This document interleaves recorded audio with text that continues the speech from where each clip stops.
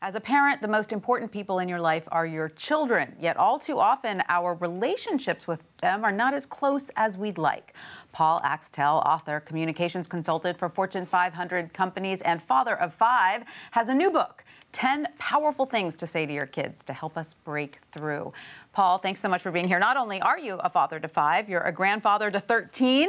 Yes. So you know a little something about children. Is it harder to get children to communicate with their parents than execs at Fortune 500 companies to communicate, or about the same? Well, actually, I think it's about the same. Great. Well, let's get into some of your advice, because I find it, as a parent, so interesting. One of the things that you say, it's important to tell your children, I like you, and that's different from I love you. It is, but it's really a both-and conversation, so clearly we should say I love you a lot. Right. And that should kind of be the background for our relationship with our kids. But I like you says something else. It says, I like who you are as a person. I like spending time with you.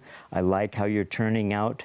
Because the kids are worried about what you think about them, and so it's a different conversation, and we should do both. That's great. Great advice. Now, what about this one?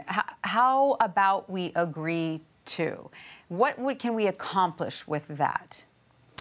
Well, special teams, special relationships need the ability to talk. And one of the things you do is you set up agreements to take care of stuff that tends to get in the way. For instance, you have kids. I think the kid who's studying should get to determine the noise level in the house. Good point. Good point. You should have an agreement about how clean their room needs to be. And if they just aren't into it, maybe not. Is this a good sort of opening line to facilitate arguments between your children? Because that'll happen a lot. That's what happens a lot in my house. The kids start fighting over something that I didn't see who started it. And I'm trying to get them both to sort of agree to move on. Is this a good way of doing that? It is. But you're on a really important subject here, because people are worried that we no longer know how to argue and have it turn out. Mm-hmm. So we're avoiding confrontations. People are going to their rooms, going to timeouts, going to their cell phones, rather than just staying in the conversation until it turns out. Okay. And early on, parents tell their kids, use your words. Well, actually, it should come back the other way. Kids should be able to say, "Yes, Mom, Dad, use your words. Let's talk this through." Good. So absolutely. Good advice. Now, I know as a parent, sometimes there's nothing more frustrating than when my son comes home and I say, tell me about your day. And he says, fine. How was that party? Fine. How are you feeling? Fine. It can be very difficult to get anything more out of our children. Do you have any advice for that?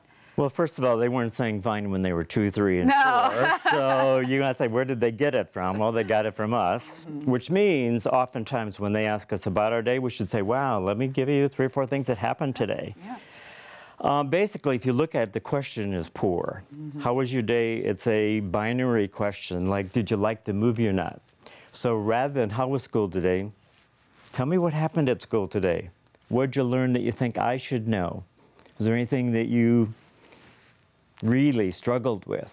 So I think our question should go from an assessment question, how, to tell me about, I'd like to hear about. Right. That makes perfect sense. Now, is there anything that we can tell our children that will help them get beyond the mistakes that they make? Or, you know, we all fumble in life and we want them to sort of be able to move forward with a positive attitude. Is there anything we can help them with there? Well, first of all, I think you have to lead with your own mistakes. So when you make a mistake at work, when you get in trouble with a coworker and you don't hash it out before you get home, you probably bring that up at the dinner table. Say, you know what, I left work angry. I'm going to have to clean this up tomorrow. So number one thing, I think you need to demonstrate that you're vulnerable, because kids think you're perfect. Right. Until later when they realize you're not. So you tell them we all make mistakes and move on. Paul Axtell, thank you so much for that.